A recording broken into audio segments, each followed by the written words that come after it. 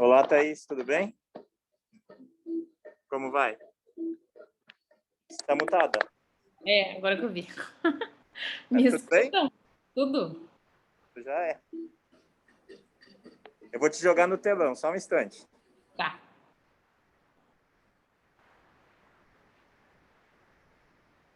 Agora deu, Thaís. Deu? Me escutam? Eu vou fazer uma gambiarra. Eu falo e desligo aqui, tá? Tá, pra ficar a microfonia, né? Você pode falar um pouquinho do filme pra gente? Então, pessoal, o Portunhol é um filme de 2000 e... Eu acho que a gente começou a fazer ele em 2017. Agora, quando eu tenho falado do filme atualmente, eu me dou conta de como demora a fazer um filme. O projeto é de 2015, a gente começou a gravar em 2017, 18, fez um pouquinho em 2019 e lançamos oficialmente ano passado. A gente começou a fazer carreira de festivais em 2020, né? E lançou no cinema ano passado e fomos atravessados pela pandemia. Até acho legal, assim, é uma das primeiras sessões, claro, eu estou online, né? Mas vocês estão presenciais. Eu não vi ainda. Eu acho que eu tive. Essa é a segunda vez, não, terceira vez que eu vejo o Portunhol com o público presente. É uma pena, né? Infelizmente, com a pandemia, a gente foi privado dessas coisas. Mas, falando do projeto especificamente, né? Vocês estão em Foz, né? Eu acho que muita coisa que o filme aborda para vocês é bem próxima, né? E eu acho que também vai ser legal trocar com vocês porque eu tive poucas plateias que foram para além da surpresa, né? Porque, por exemplo, muita gente que assistiu o filme se impressiona com coisas que eu acredito que para vocês é um pouco cotidiana, né? Por exemplo, o Guarani, que muita gente no Brasil não sabe que é uma língua oficial de um país, acha que é só uma língua falada pelas comunidades indígenas. Muita gente acha que portunhol é só falar errado, errado com aspas gigantes, né? Ou o espanhol ou o português. E muita gente, impressionantemente, também achava que fronteira era realmente só uma coisa com um grande muro, guardas e uma burocracia enorme para se cruzar. E também ficou impressionado de que existem sim cidades no Brasil, né, que tu pode só cruzar a rua e tu tá num outro país. Eu acho que talvez por causa de noticiário a gente fica com essa coisa de que fronteira é um lugar só de coisas ruins, né, de contrabando, de roubo, enfim. E é legal usar esse gancho até para dizer isso, né? Quando eu comecei a fazer a pesquisa do filme, isso era uma coisa que eu tinha certeza que eu não queria abordar. Eu não sei se. Eu acabei não perguntando para o Fábio qual é o curso de vocês, eu não sei se vocês estudam comunicação. É direito. Direito. Não, é verdade, você falou. Então, vou falar um pouquinho assim do ponto de vista de como realizadora, né? Eu acho que o cinema, assim como acho que todo advogado, quando a gente vai contar uma história, a gente sempre tem um ponto de vista, né? Então, mesmo que o documentário se proponha a falar de coisas factuais e reais, a gente sempre escolhe um viés, né? Acho que é um pouco parecido com, sei lá, defender uma causa, né? A gente escolhe um viés, um caminho para onde ir. E eu tinha certeza absoluta que o viés do contrabando ou das coisas ruins, da violência, que normalmente o jornalismo faz muito, né? O jornalismo sensacionalista faz da fronteira, eu não queria fazer. Eu fiz muita pesquisa sobre, confirmei uma coisa que eu já achava, né? Achei muita matéria, muita notícia sobre coisas ruins da fronteira, então eu falei, bom, a gente vai ter a possibilidade de fazer um filme aprofundado, já tem alguém falando dessas coisas ruins, né? Não precisamos abordar isso.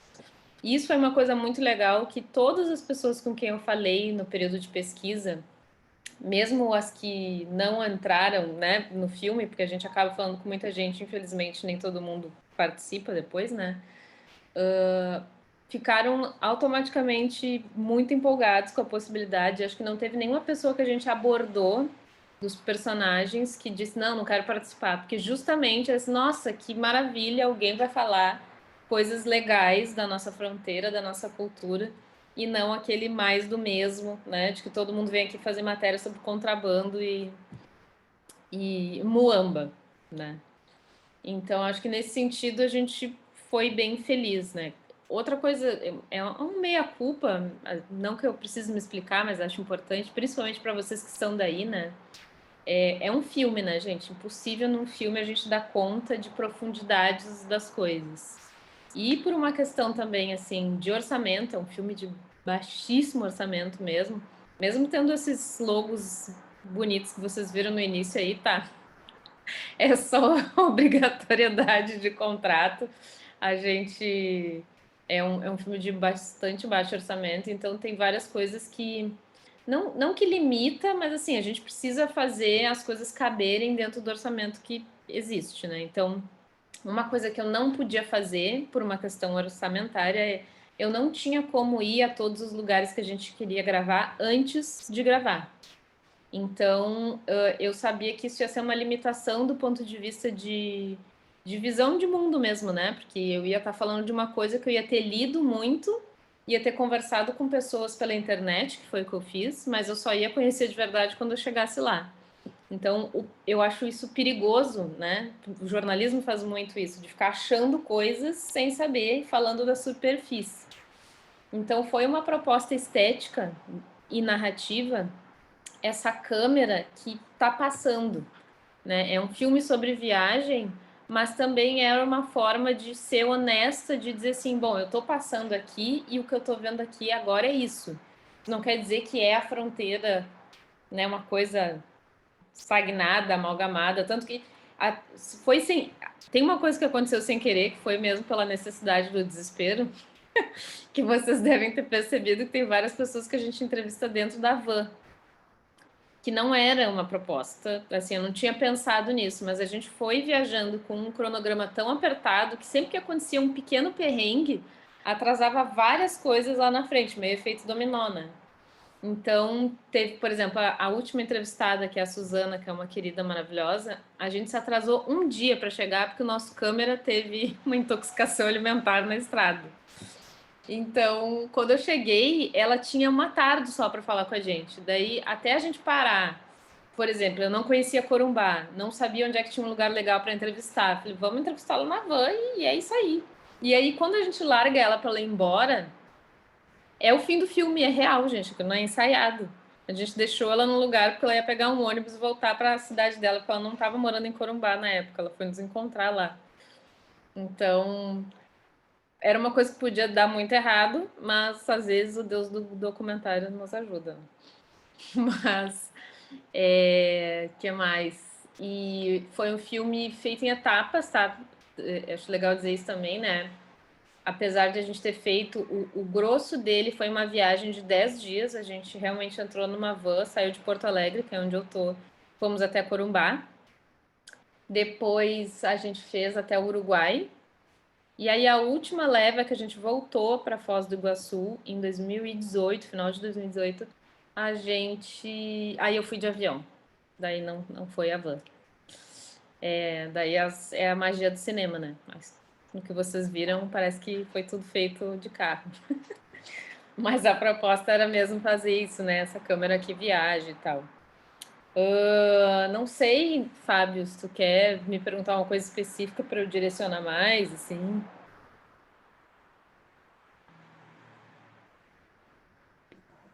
Oi, Thaís, a gente vai ter que fazer telefone sem fio, tá? Eu te desligo, ligo aqui meu som, aí depois a gente troca, tá?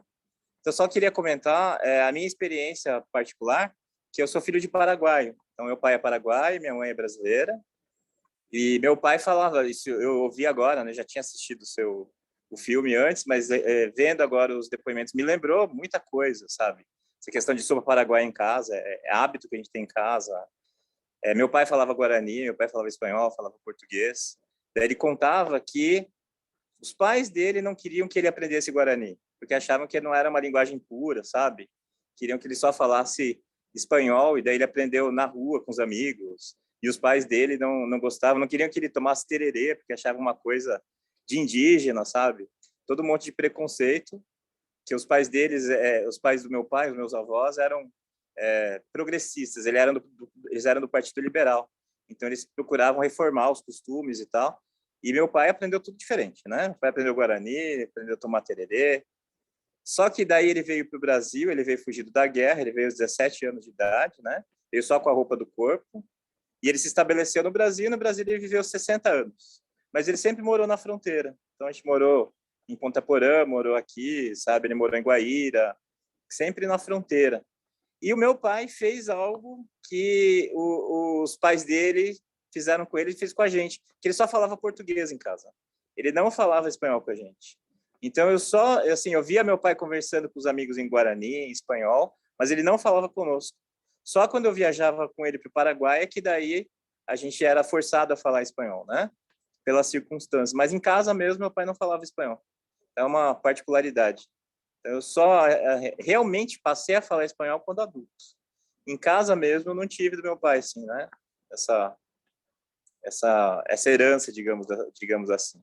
É só um comentário que eu queria fazer com base no que a gente viu agora.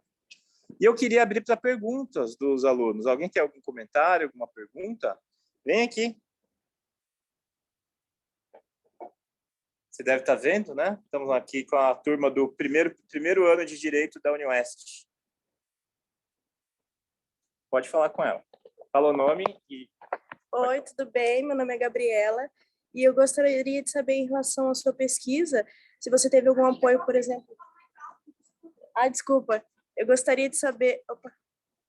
Gostaria de saber em relação à sua pesquisa, se você teve algum apoio, por exemplo, aqui em Foz, da UNILA ou da Fundação Cultural, por exemplo, para fazer o mapeamento do pessoal para você fazer entrevista, ou se foi de forma mais manual, e também em relação ao seu tráfego? Tráfego. Seu tráfego na cidade, se você teve algum problema em relação, por exemplo, aos guardas ali na aduana, para poder passar, se teve alguma dificuldade nesse sentido. Thaís, se me permite, eu acho que eu posso pedir para mais alunos fazerem uma ou duas perguntas, né? Pode ser? Aí você responde uma vez. Tem mais alguém? Opa, deixa eu levar ali para o Leonardo. Alguém mais depois do Leonardo? Mais uma? Então a gente pega mais a do Leonardo. Só um instante. Tá bom, Leonardo? Segura aqui. Você fala seu nome. Meu nome é Leonardo e eu gostaria de saber o que te inspirou, basicamente, a tratar sobre as fronteiras. Eu até achei incrível essa iniciativa de mostrar esse lado da convivência harmoniosa na fronteira, convivência pacífica. Eu gostaria de saber o que te trouxe, o que te levou a produzir esse documentário sobre esse tema especificamente, sobre a fronteira, sobre Portunhol. O que te inspirou a gravar esse documentário? Mais alguém? Opa, mais uma, e daí a gente vai abrir para a Thaís.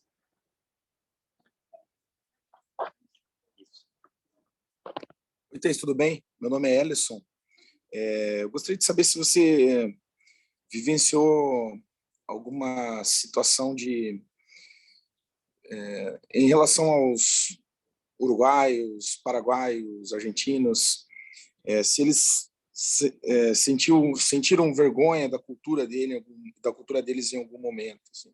Estou perguntando isso porque uma vez assisti um documentário e indígenas, por exemplo, em alguns determinados momentos, eles sentiam vergonha assim, de dizer que eram indígenas e tal.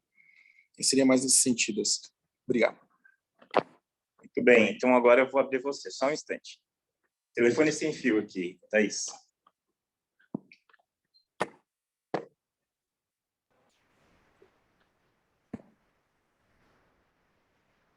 Posso falar? Eu queria começar, na verdade, dizendo que, eu não sei se o Fábio falou para vocês, mas tem 2 poemas dele no filme, né? Não, falou mais ou menos? Tem 3 inserções de poemas em portunhol, né? E 2 são trechos de textos do Fábio, que eu acho incrível. Então, também queria aproveitar esse momento para agradecer ele. Eu acho que fez muita diferença. Eu fiz questão, inclusive, de botar no texto exatamente como está no livro, né? Fui catar o livro para botar o portunhol do Fábio, ainda que no filme a gente defenda que o portunhol de cada um é particular, né?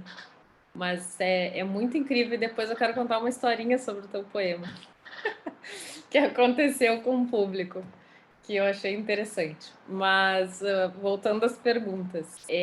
A primeira pergunta era sobre como é que foi a pesquisa, né? Então, a gente não teve apoio específico institucional, mas eu confesso que agora eu não me lembro como, mas eu cheguei numa produtora cultural daí, que é a Tati Raveduti, que eu não sei se alguém conhece, que é uma querida, maravilhosa, pesquisadora, atriz também, e a Tati é responsável por trazer vários personagens, inclusive foi ela que indicou os textos do Fábio, indicou a pesquisadora que também dá entrevista na Unila, e basicamente o filme com produtores locais, né? Foi bem importante, eu achei importante, já que eu não ia poder estar nos lugares, eu achei essencial que fossem produções a produção fosse feita por pessoas que trabalhassem com cultura, porque afinal de contas esse era o foco principal do filme, né? Falar da cultura da fronteira, e que essas pessoas pudessem indicar personagens que também falassem desse lugar menos, como é que eu vou explicar, midiático. Porque às vezes, eu não sei se vocês devem passar por isso aí, que nem a gente passa aqui no Rio Grande do Sul, né? As pessoas vêm fazer alguma coisa sobre o Rio Grande do Sul, sempre acaba falando com, sei lá, um cantor nativista que é muito famoso, sabe? Aqueles personagens meio clássicos. E eu queria justamente não fazer isso, eu queria falar com pessoas que não fossem do mainstream, que eu acho que são muito mais, não sei se é mais representante da cultura, mas é uma outra faceta, né? Assim, queria a galera que fosse menos pop. Não sei se pop também é a palavra, mas vocês entendem o que eu quero dizer, né? Quando a gente chega, tipo, visão de turista, sei lá. Fico imaginando a gente indo para o Rio de Janeiro fazer uma matéria. Todo mundo vai filmar o Cristo. Agora, se tu pede para um carioca fazer uma matéria sobre o Rio de Janeiro, provavelmente o Cristo é a última coisa que ele vai mostrar. Porque tem outras coisas que ele gostaria que as pessoas conhecessem, né? Então, por isso foi importante falar com essas pessoas. A outra coisa que ela perguntou foi sobre a dificuldade das fronteiras, né? Não tive nenhuma. Não sei se porque a gente estava muito claramente trabalhando, né? A polícia de fronteira deve estar acostumada com outras coisas, tipo a gente chegando ali, mostrando equipamento, explicando o que estava fazendo, tudo direitinho.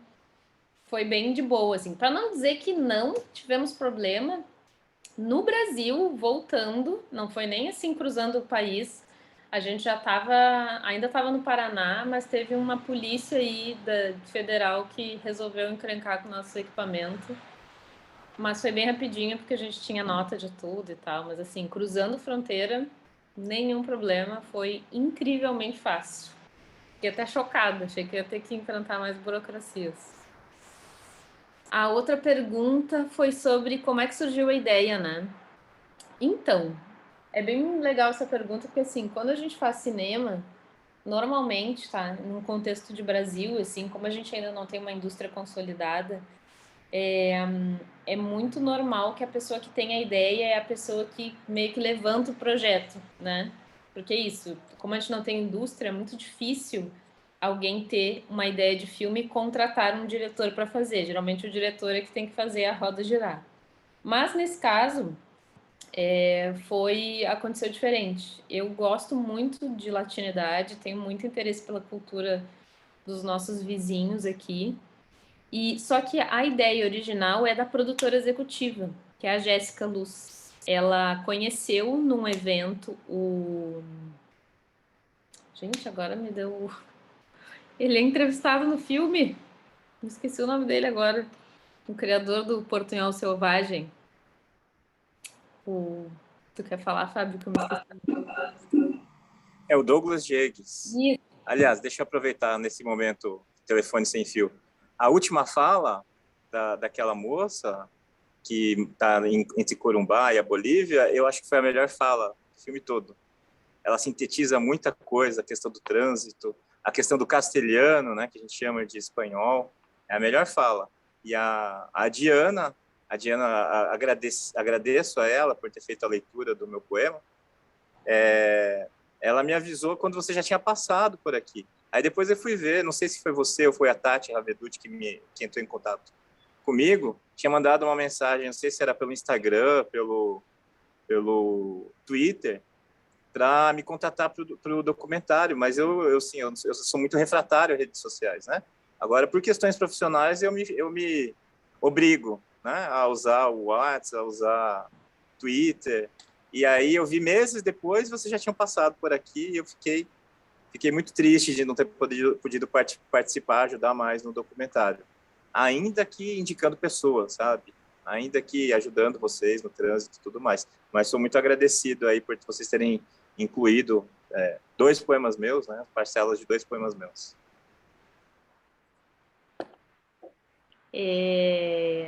Então, isso, e aí a Jéssica tinha conhecido o Douglas, e a Jéssica é de Porto Alegre, e ela também, assim, nunca tinha pesquisado sobre, mas ela achou muito interessante aquela figura do Douglas, falando do Portunhol Selvagem, ela achou que daria um filme. Então, ela fez o argumento, que a gente chama, que seria tipo um projeto de pesquisa, assim, só um textinho, e começou a construir o projeto. E aí me chamou para ser diretora. Então, a ideia original não foi minha. Então, é legal essa pergunta, porque geralmente no cinema, principalmente documentário, tá, gente? Que documentário é o primo pobre do cinema, para vocês saberem. Apesar da gente sempre... eu acho que é um filme, é um tipo de filme que demora muito mais para fazer, porque a gente tem que pesquisar muito mais. A gente sempre tem menos orçamento. Então, é uma tristeza. Mas acho que respondi a pergunta, né? E aí tinha outra pergunta sobre se alguém tinha vergonha, né, da cultura.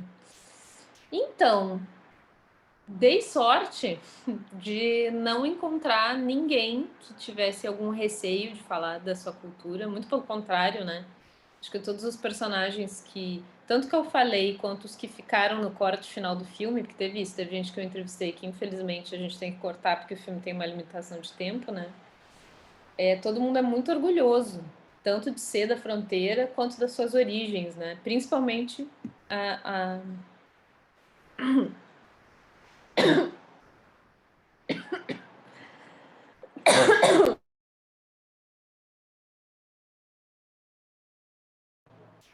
Me afoguei comigo mesmo.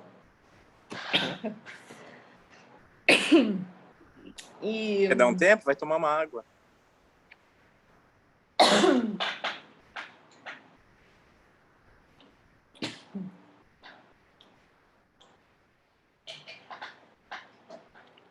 Eita! Mas todo mundo, assim, quando fala, tem uma consciência, principalmente isso que tu falou, Fábio, do teu pai, dos teus avós não quererem que ele falasse Guarani, né? Isso é uma coisa que tem vários motivos, né? Mas um que estudo, não sou da fronteira, mas um pouco que eu estudei, eu entendo que também é um pouco reflexo da guerra da Tríplice Aliança, né? Quando a Argentina ganhou a guerra, ela proibiu que as pessoas falassem Guarani, porque era justamente isso, né? Essa coisa da identidade do lugar. Como é que tu destrói a autoestima de uma pessoa, né? Tu não deixa ela se reconhecer, né? E aí eu acho muito louco que isso funcionou de um jeito bizarro, né? Tu fica dizendo que não pode, que não pode, que não pode, então a próxima geração que já não sabe exatamente por quê, que isso era uma lei, ela meio que introjeta isso e continua replicando sem saber por quê, né? Mas agora, pelo menos algumas pessoas que a gente conversou e até falei, colocamos no filme aquela diretora em Ponta Porã, né, que diz que tá rolando um trabalho de resgate, né? Agora a escola faz questão que as pessoas falem a sua língua, né? Não acha que é uma língua menor misturar espanhol com guarani. Inclusive para não se perder, né? Porque tem coisas que só se dizem nessas línguas, né? Um jeito de se expressar. E eu acho que a gente pode pensar isso num âmbito maior, né? Tem uma personagem que ela é muito engraçada, que é a Maria Antônia, que ela fala uma frase lá no meio daquele monte de coisa que ela fala bastante, mas que eu acho incrível, que ela diz, a nossa língua guarani é muito linda. Quem dera se todo mundo falasse que nem o inglês, né? E eu acho, assim, eu já acreditava nisso, fazendo o Portunhol eu reforcei mais. E agora, aproveitando para falar de assuntos do momento, né? Nada contra, amo a Anitta, tá, gente? Acho ela incrível, adoro a música dela, mas eu acho que a gente devia pensar muito sobre, né?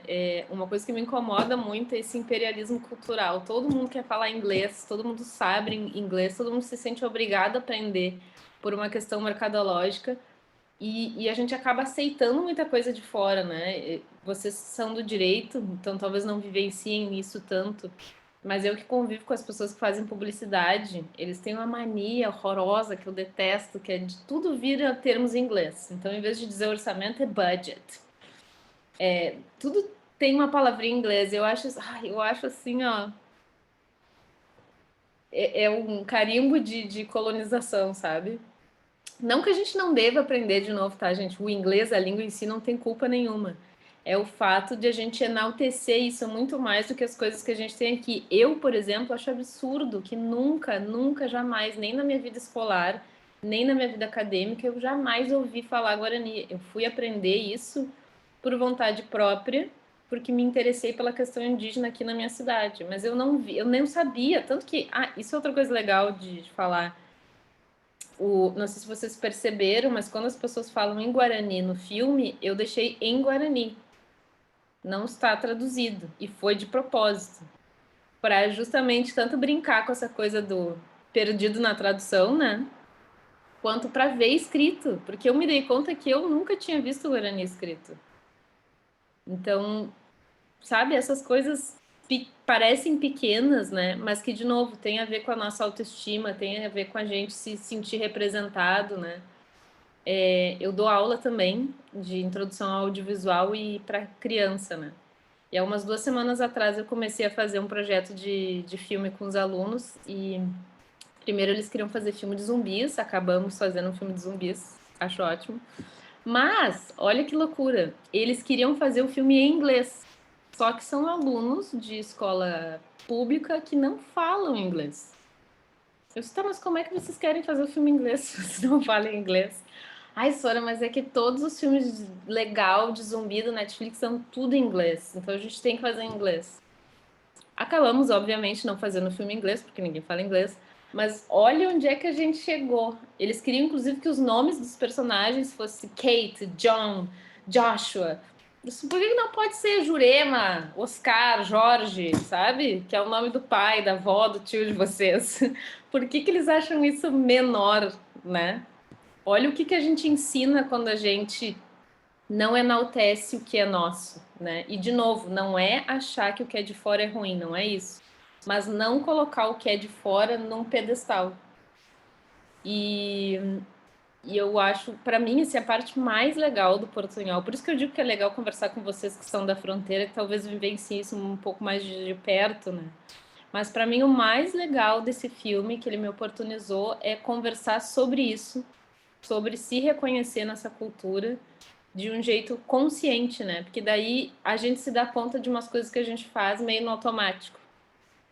Essa coisa da língua é uma delas, né? Inclusive a gente brasileiro se dá conta de como a gente não se esforça de falar a língua do vizinho, né? Isso foi uma coisa que todas as fronteiras reclamaram. O ser brasileiro é muito querido, muito simpático, mas assim, não sabe falar espanhol e não se esforça. Faz mal e mal o embromation. E pior, quando não faz o embromation, é essa relação mercantil que eles falam, né? Agora nós estamos ralados aí com essa economia desgraçada, mas antes, quando a gente era rico aqui na América do Sul, era um pouco essa troca, né? Tipo, eu estou atravessando a fronteira para comprar coisas e vocês que me sirvam e eu vou falar a língua que eu quiser. Que não deixa de ser uma relação imperialista também, né? Um pouco como o americano faz quando vem para cá, né? Que não faz o menor esforço de falar nem espanhol, nem português, nem nada. E a gente que se vira nos 30. Mas, enfim, dei uma volta enorme e fui parar em outro lugar, né? Oi. Só para dizer que eu compartilho dessa sua impressão sobre imperialismo linguístico, né? Aqui tem muito essa questão do trânsito. Quando a gente vai para Cidade do Leste, é hábito falar português, principalmente quando está no centro, ali no comércio. Aí, se você sai um pouquinho do centro, as pessoas já não entendem português. Aí o brasileiro se esforça a falar espanhol. Mas tem muito disso, essa questão do comércio, né, da supremacia econômica e tudo mais, acaba impondo o português, e os brasileiros realmente têm dificuldade de se expressar porque não vem a necessidade, né? A necessidade econômica. Deixa eu perguntar aqui, quantos de vocês falam espanhol? Veja só, e estamos numa região de fronteira. Que pergunta? Quantos falam inglês? Boa. Olha aí. Olha aí. Could era demonstrando como se queria demonstrar. Qual que era a pergunta, Lucas? Guarani. Alguém fala Guarani? Ó, temos ali. O Leonardo. O Peixe é Catu. Thaís, a gente não quer tomar muito seu tempo. Sabemos que você é ocupada, mas vamos abrir para uma última pergunta. Pode ser? Daí a gente encerra. E depois eu quero saber o que falaram do meu poema, tá? Você me deixa curioso. Você citou a curiosidade deles aqui, eles estão pedindo para ver. Oi, Thaís. Boa noite, Lucas. Tudo bem? Viu? A minha pergunta é o seguinte, a dificuldade que eu percebo na comunicação do espanhol, aqui na fronteira, é que muitas vezes a gente tenta falar, ou aqui em Cidade do Leste, ou em Porto Iguaçu, começa a falar em castelhano, mas eles percebem pelo sotaque que nós somos brasileiros, e aí eles respondem em português. Então, não é só uma atitude nossa de não tentar falar. Tem esse porém, de não ter continuidade do outro lado. E isso eu vejo na Unila também. Minha esposa é professora da Unila, e ela é do primeiro ano. Todos os alunos que vêm falando espanhol, ela conversa espanhol com eles, dá aula em espanhol, mas tem essa questão também de quererem aprender português, então tem esses dois lados. E aí eu fiquei com dúvida no comentário que você fez. O portunhol, para mim, eu não sou daqui da região da fronteira, tá? Sou do interior do Paraná.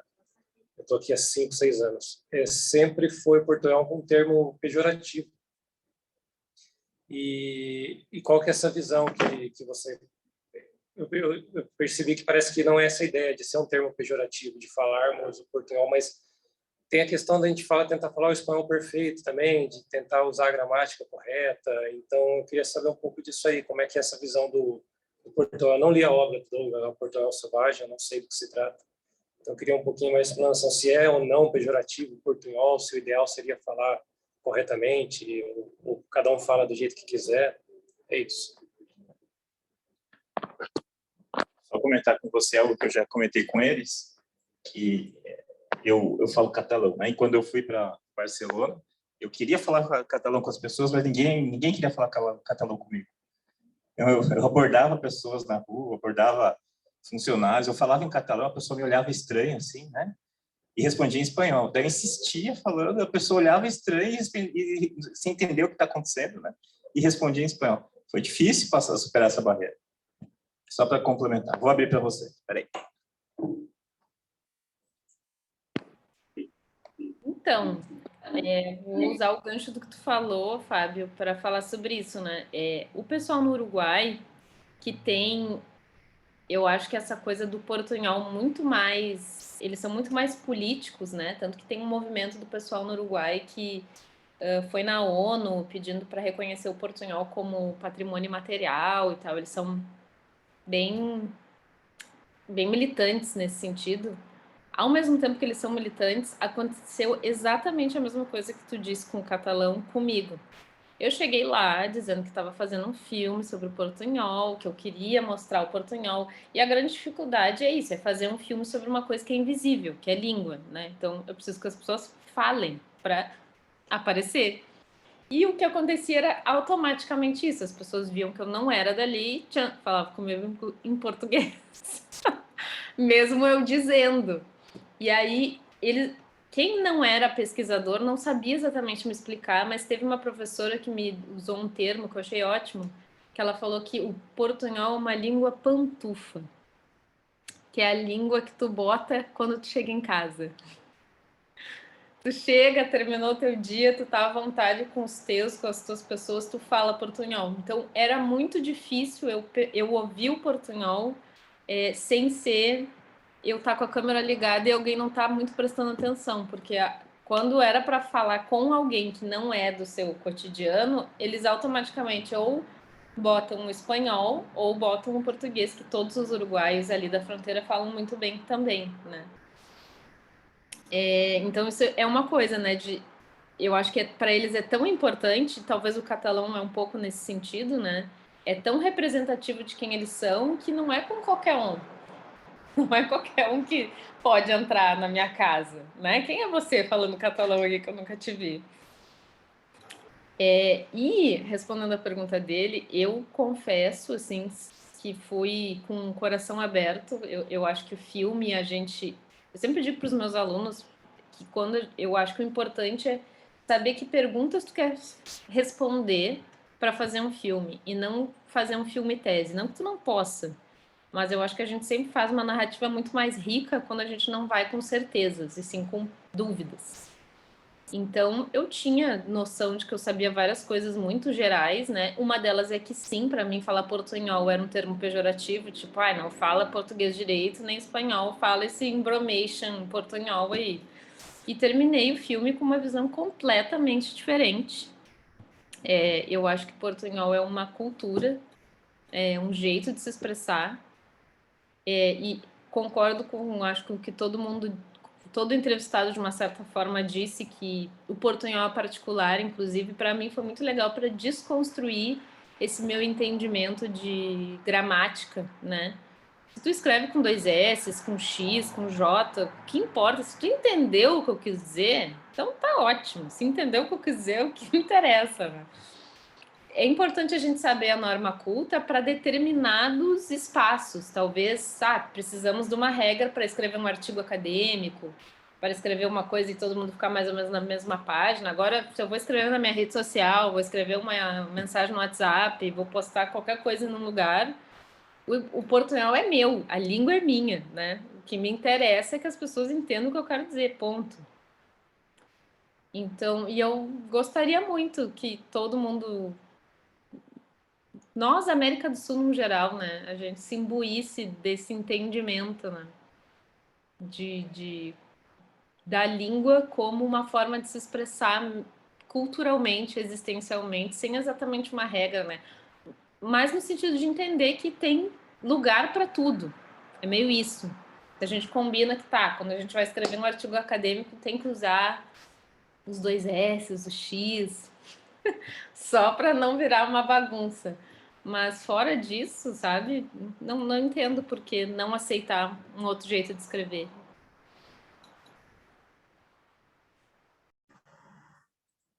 Muito bem, Thaís. Muito obrigado por se dispor a conversar com a gente. Seu sotaque é muito bonito de ouvir. Embelezou a nossa aula aqui. Tem mais uma aluna que quer falar alguma coisa?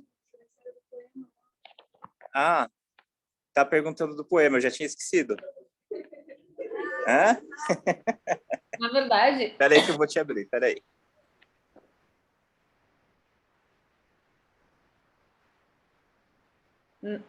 Deu? Dá para me ver? Na verdade, foi uma coisa bem interessante que aconteceu, que eu fiquei pensando muito sobre o conceito de lugar de fala. Vocês já ouviram esse termo?